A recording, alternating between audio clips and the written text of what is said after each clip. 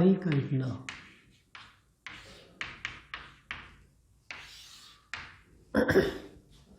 इसकी कुछ हाइपोथेसिस मानी गई, ठीक है ना। तो हाइपोथेसिस में सबसे पहले उन्होंने क्या माना, उन्होंने कहा कि कृष्णिका विकिरण है किसी बंद कोटर के समान व्यवहार करता है जिसके अंदर विकिरण साम्यावस्था में रहते हैं। तो कैसा व्यवहार करते हैं, बंद कोटर के समान। कौन, कृष्णिका विकिरण।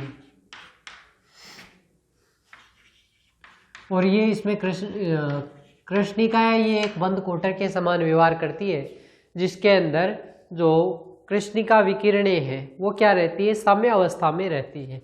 यानी इस प्रकार से मैंने बताया था कल आपको डायग्राम में, तो इन्होंने भी यही कहा कि देखो ये बंद के समान कार्य करेगी और इसमें सारे के सारे क्या है, साम्य अवस्था के अंदर पाई जाती है। ठीक है, पहला तो उन्होंने ये माना। दूसरा उन्होंने कहा कि विकिरण ऊर्जा का उत्सर्जन और अवशोषण है वो कृष्णिका में उपस्थित विद्युत चुंबकीय दोलकों के द्वारा होता है। यानी इसमें क्या पाए जाते हैं, विद्युत चुंबकीय दोलक, विद्युत चुंबकीय दोलकों द्वारा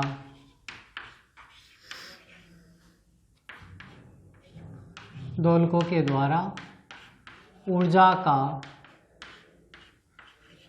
उत्सर्जन व अवशोषण।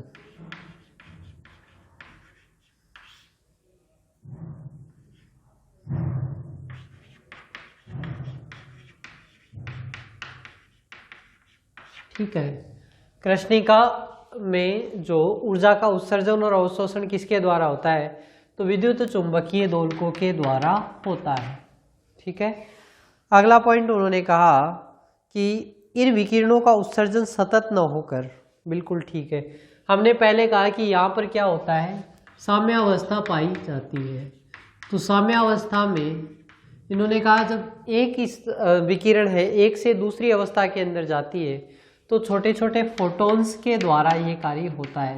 यानी ऊर्जा का जो उत्सर्जन है वो किसके रूप में होता है, सतत ऊर्जा न होकर फोटॉन्स के रूप में होता है, विविक्त ऊर्जा के रूप में, और इसको हम क्या कहते हैं, एच म्यू। ठीक है ना, यानी एच न्यू का एक फोटोन है वो उत्सर्जित होता है, ई नोट बराबर क्या हो जाएगा, एच न्यू। ठीक है, और ये सिद्धांत क्या कहलाता है, क्वांटम सिद्धांत कहलाता है। पैकेट होते हैं वो फोटोन कहलाते हैं, और न्यूनतम मान, यानी ये जो न्यूनतम मान है ऊर्जा का या फोटोन का जो ट्रांसफर हो सकता है, ट्रांसफर करने योग्य है, वो क्या कहलाता है, क्वांटम कहलाता है। और ये सिद्धांत क्या कहलाता है, क्वांटम सिद्धांत कहलाता है। ठीक है ना, तो अब इससे पहले प्लांक की क्वांटम परिकल्पना से पहले क्या समझा जाता था कि ऊर्जा का जो उत्सर्जन होता है वो सतत रूप से होता है, लेकिन क्वांटम परिकल्पना आने के बाद में, नाम भी ये क्वांटम तभी से आया, ये परिकल्पना आने के बाद में कहा गया कि वास्तव में ये ऊर्जा का उत्सर्जन है वो सतत नहीं होता है, छोटे छोटे पैकेट्स के रूप में होता है। जैसे अपन पढ़ते हैं कि ये ऊर्जा अंतराल है, यानी कोई इलेक्ट्रॉन है वो यहाँ से उत्तेजित अवस्था से ये आपके साम्य अवस्था में आता है तो वापस कहाँ क्या करता है, एक फोटोन का उत्सर्जन या अवशोषण करता है, तो वो भी किसके आधार पर है, क्वांटम के आधार पर ही है। ठीक है, अगला पॉइंट, ऊष्मीय साम्यावस्था में कृष्णिका की कुल ऊर्जा नियत, बिल्कुल ठीक। इन्होंने कहा कि देखो भाई जो कृष्णिका है आपकी उसकी कुल ऊर्जा क्या रहनी चाहिए, नियत रहनी चाहिए। ठीक है, कुल ऊर्जा नियत होती है, कृष्णिका की कुल ऊर्जा नियत होती है, लेकिन क्या, फोटोनों की संख्या बदल सकती है, फोटोनों की संख्या क्या हो सकती है, बदल सकती है, बदलती है। यानी फोटोनों की संख्या निश्चित नहीं है, ऊर्जा निश्चित है, फोटोन कम ज्यादा हो सकते हैं। ठीक है, अगला पॉइंट, जो फोटोन है यानी किसी निश्चित ताप पर कृष्णिका पर उसमें साम्यावस्था की स्थिति में विकिरणों को, जो ऊष्मीय विकिरण हैं उनको हम क्या मान सकते हैं, ऊष्मीय विकिरणों को फोटोन गैस के रूप में माना जा सकता है, फोटोन गैस के रूप में।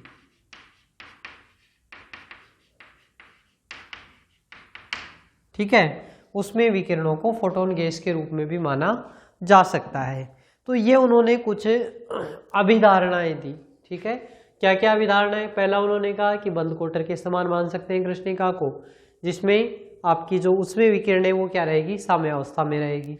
फिर उन्होंने कहा कि ऊर्जा का विनिमय होगा किसके द्वारा, विद्युत चुंबकीय दोलकों के द्वारा।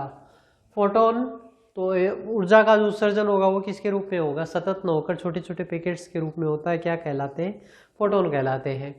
कुल ऊर्जा नियत रहती है लेकिन फोटोनों की संख्या बदल सकती है। और अंतिम कृष्ण उसमें विकिरणें फोटोन गैस के रूप में मान्य हो सकती है। तो ये कुछ बेसिक थे, वो मैंने आपको बताए हैं। ठीक है, अब हम ज्ञात करते हैं प्लांक दोलकों की माध्य ऊर्जा। माध्य ऊर्जा कैसे उन्होंने ज्ञात की, क्योंकि सभी की तो अलग अलग ऊर्जा ही है, तो उन्होंने कह दिया तो माध्य ऊर्जा तो चाहिए। प्लांक दोलकों की माध्य ऊर्जा।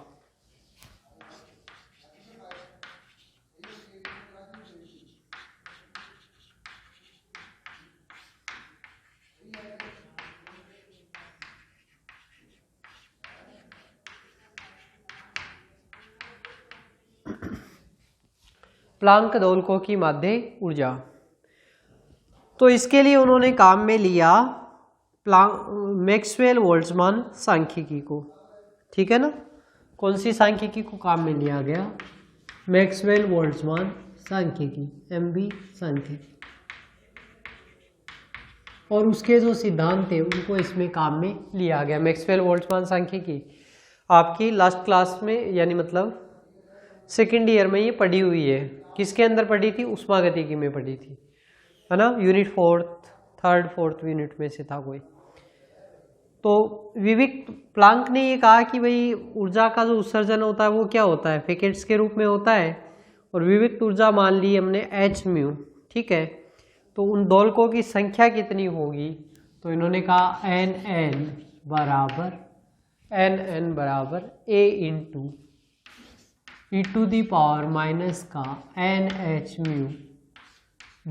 kT। nn बराबर a इंटू e⁻⁻kT। और nhν है ये क्या है, तो अच्छा nhν ऊर्जा वाले दोलकों की कुल ऊर्जा, nhν/kT ये वाला तो किससे हमने काम में ले लिया, मैक्सवेल बोल्ट्जमान सांख्यिकी से।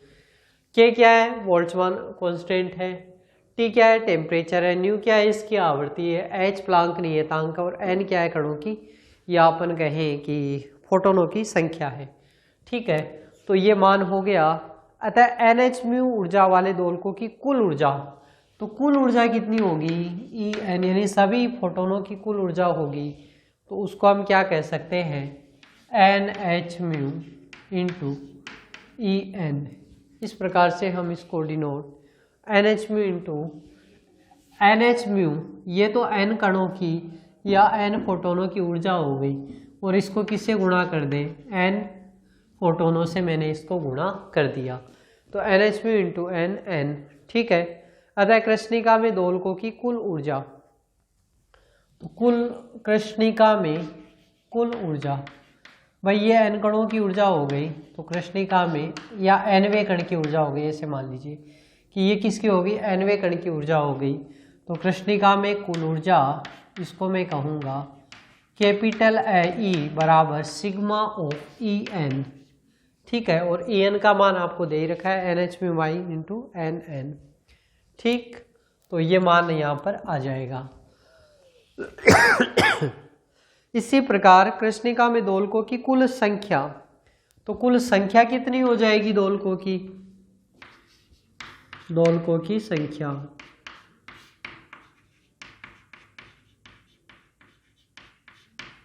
n बराबर कितना हो जाएगा, तो n बराबर क्या हो गया, nn। ठीक है,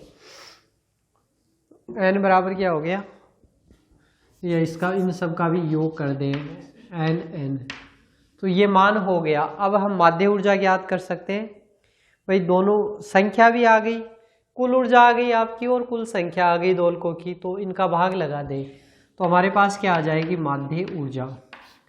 माध्य ऊर्जा, और माध्य ऊर्जा को किसके द्वारा डिनोट करते हैं, ई बार के द्वारा हम इसको डिनोट करते हैं। ठीक है, औसत ऊर्जा या माध्य ऊर्जा कह सकते हैं, इसको ई बार के द्वारा भी डिनोट कर सकते हैं। एक ये सिंबल भी है, प्रत्याशा मान भी होता है ये, तो इस प्रकार से लिख सकते हैं। और इसका मान कितना हो जाएगा, ई बाई एल। ई का मान ये दे रखा है सिग्मा ऑफ ई, और ये मान तो देख लो, भाग लगा, ये मान रख पुटअप कर दीजिए। E is equal to sigma of E n, E n का मान क्या है, n H mu n n, और एन एन की वैल्यू क्या है, A into n H mu A into E to the power minus का एन एच म्यू बाई के टी। ये वाला मान मैंने इसमें पुट कर दिया, डिवाइडेड बाई किसके द्वारा, कैपिटल एन के द्वारा। और कैपिटल एन का मान क्या है, sigma of n n, n n कहाँ है, ये रहा, एन एन ये रहा, A E to the power minus का एन एच म्यू बाई के टी। ठीक है, ई to the power minus n H mu by के टी। अब देखो ए है, ये क्या है, कांस्टेंट पद है, ये तो क्या हो जाएगा, यहाँ से कैंसिल हो जाएगा। कितना मान रह जाएगा, तो शेष जो मान रहेगा इसमें,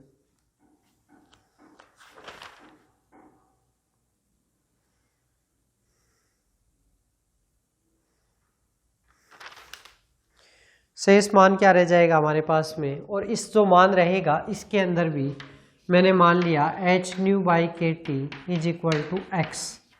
ठीक है, क्योंकि एच न्यू बाई के टी सब जगह ही देखो, यहाँ भी है, यहाँ भी है, एच न्यू यहाँ भी है, तो ये अलग अलग जगह मान है, इसलिए इसको सरलीकृत कर लेते हैं। तो एच न्यू बाई के टी बराबर क्या लिख सकते हैं, एक्स लिख सकते हैं। तो कितना मान हो गया, sigma of N H mu को क्या लिख सकता हूँ मैं, के टी एक्स। ठीक है, ए कैंसिल हो गया, E to the power minus का एन इंटू एक्स। ठीक है, divide it by sigma of E to the power minus का एन, एच म्यू बाई के टी है तो एन एक्स। ठीक है, अब देखो ये वाला जो मान है कितना सरल हो गया अपने लिए, sigma of N K T X E to the power minus N X, और नीचे भी क्या है, ई टू दी पावर माइनस का एन एक्स है। इस प्रकार से ये मान अपने को मिल गया। ठीक है, इस ऊपर वाले को हम अवकलन के रूप में लिख सकते हैं क्या, जैसे मैं इसको लिख दूं d by D t of E to the power minus का N x, d by D x of E to the power minus का एन एक्स। ठीक, तो ये मान कितना हो जाएगा, देखो एन एक्स है तो आउटलन होगा तो exponential term as it is E to the power minus N x. Minus N X का क्या हो गया, गुणा में आएगा माइनस का एन, तो माइनस का एन गुणा e to the power minus N x, देखो है क्या, तो ये n into E to the power minus N x तो है। यानी क्या कर सकते हैं, इसकी जगह आप क्या रख सकते हैं, माइनस का D by D T D x of E to the power minus का एन एक्स रख सकते हैं। यानी क्या मान था, E is equal to minus का सिग्मा ऑफ एन काम में आ गया K T x into D by D x of E to the power minus का एन एक्स। ठीक है, बट्टे सिग्मा ऑफ, नीचे कोई चेंज मैंने किया नहीं, e to the power minus का एन एक्स। इसको मैंने इस प्रकार से रख दिया। ठीक है, ई to the power minus N x को क्या लिख सकते हैं हम, e to the power n x है, इसका विस्तार करें 1 minus N x minus n into n minus 1 into x square by 2 plus, इस प्रकार आगे से आगे मान है वो क्या होंगे, जाते चले जाएंगे। या इसका दूसरा फॉर्म भी है, n के मान रख दो। n क्या है वो 0 1 2 3, ठीक है। तो 1 से अपन शुरुआत करते हैं इसको। तो पहला क्या आ जाएगा, 0 से अगर मैं शुरू करूं तो 0 से 0 रखने पर 1 प्लस, भाई 0 आप रखेंगे मान तो e टू द पावर 0 क्या होता है 1, ठीक है। प्लस का e टू द पावर 1 रखा तो minus X, plus e to the power minus का 2x प्लस 3x। ऐसे ये जो सीरीज है ये आगे से आगे चलती जाएगी।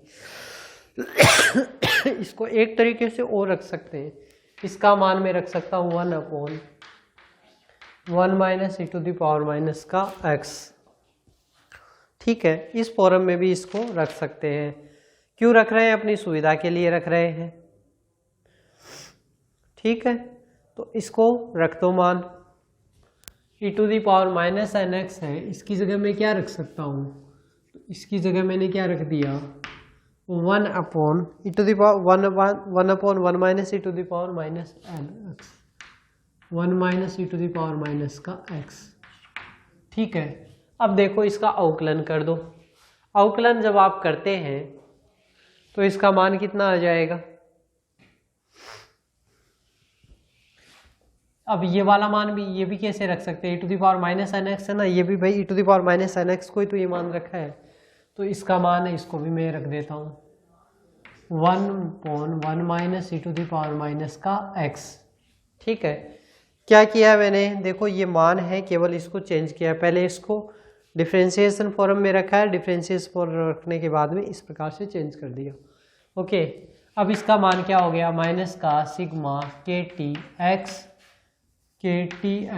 Into D by D x.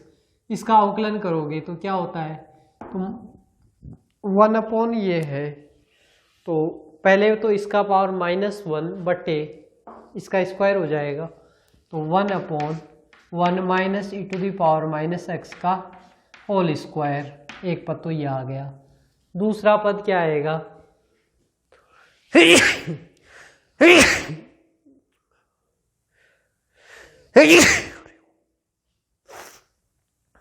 दूसरा पद जो है minus e to the power minus x का, तो देखो एक माइनस तो इसका आया, ठीक है ना, -1 माइनस का 1, एक पद तो इसका माइनस आ गया। दूसरा e to the power minus, अब ये माइनस रहा, एक माइनस ये आ गया, e to the power minus x का आपका अवकलन करेंगे तो e to the power minus X हो गया, ये माइनस इसका आ गया ना। और तीसरा माइनस एक्स का क्या हो गया -1, तो ये आपका -1, यानी 3 बार माइनस आएगा, एक बार नीचे वाली घात के कारण, एक बार इस e to the power minus x के बाहर वाला माइनस, और एक बार माइनस एक्स का माइनस।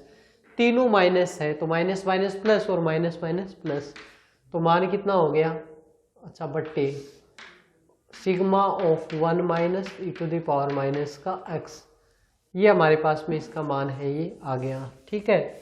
अब इसको क्योंकि सिग्मा में है पूरा का पूरा पद, तो इसमें ये वाला पद एक बार तो क्या हो सकता है, ये अंश कहाँ चला जाएगा, अंश में चला जाएगा, तो ये 1 minus e to the power minus x अंश में, और यहाँ पर हर में 2 पद है तो एक हो जाएगा कैंसिल, माइनस माइनस क्या हो गया प्लस का sigma of k T x into E to the power minus x बटे 1 minus e to the power minus x, square वाला एक घात क्या होगी, कैंसिल हो गई, ठीक है। ई to the power minus x common ले लो इसमें से, तो sigma of k T x common लेते ही ये क्या हो गया cancel, e to the power x minus 1। इस प्रकार ये पद हमारे पास में इसका आ गया, ठीक है। K T x upon e to the और एक्स माइनस 1। अब इसमें मान रख दीजिए, एक्स क्या रखा था आपने, एक्स का मान क्या माना था, एक्स बराबर माना था एच न्यू बाई के टी, एक्स बराबर यही तो मान था ना एच न्यू बाई के टी, मान पुटअप कर दो तो एच न्यू बाई के टी से के टी कैंसिल, ये मान कितना हो गया sigma of h nu upon e to the power h nu by के टी माइनस 1,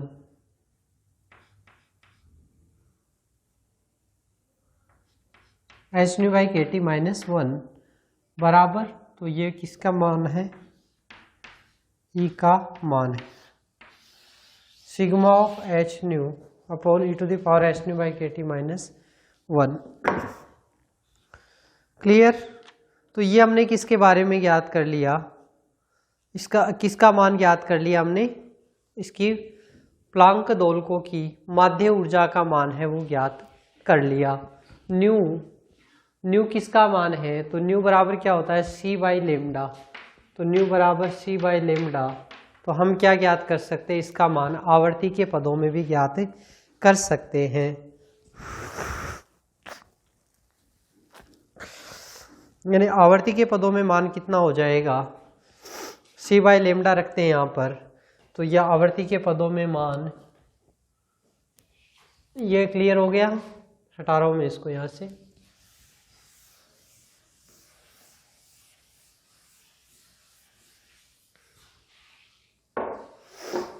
आवर्ती के पदों में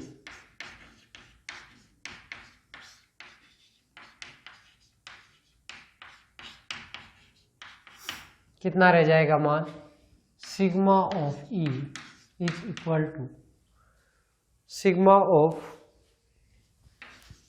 H c by lambda into E to the power h c by lambda k T minus 1। ठीक है, ये हमारा किसका मान आ गया, इसकी प्लांक दोलकों की माध्य ऊर्जा का मान। ये आवर्ती के पदों में और ये किस में है, तरंग दैर्ध्य के पदों में। ठीक है, अब इसमें कुछ मान है वो रखकर हम प्लांक का विकिरण नियम है वो ज्ञात कर सकते हैं, तो वो अपन पढ़ेंगे अगली क्लास में। इतना टॉपिक है ये आप तैयार करेंगे।